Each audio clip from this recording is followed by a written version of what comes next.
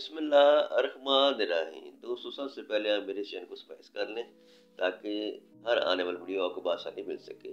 आज मैं आपको जो स्टोरी या दास्तान सुनाने जा रहा हूँ वो अलेक्जेंडर, जिसे दुनिया सिकंदर आजम के नाम से याद करती है, यूनान का बादशाह था। इसने ख्वाब देखा कि वो आधी से ज़्यादा दुनिया फतह करेगा, तो उसने अपना ये ख्वाब अपने उस्ताद रस्तू को बयान किया। तो रस्तू, उसके उस्ताद ने कहा कि अगर तुमने दुनिया फतह करनी है तो अपनी बीवी या बेगम के पास ना जाना, पहले दुनिया फतह करना फिर उसके पास जाना। उसने ऐसा ही किया, उसने आधे से ज़्यादा दुनिया फतह कर ली।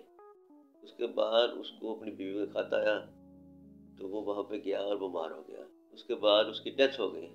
उसने अपनी ख्वाहिश का इजहार किया है कि जब मेरी वफात हो जाए, उसने अपनी वालदा से कहा कि कब्र से मेरे दोनों हाथ बाहर निकाल देना। उसके कहने का मतलब यही था कि मैं खाली हाथ जा रहा हूँ, हालांकि मैंने दुनिया फतह कर ली है।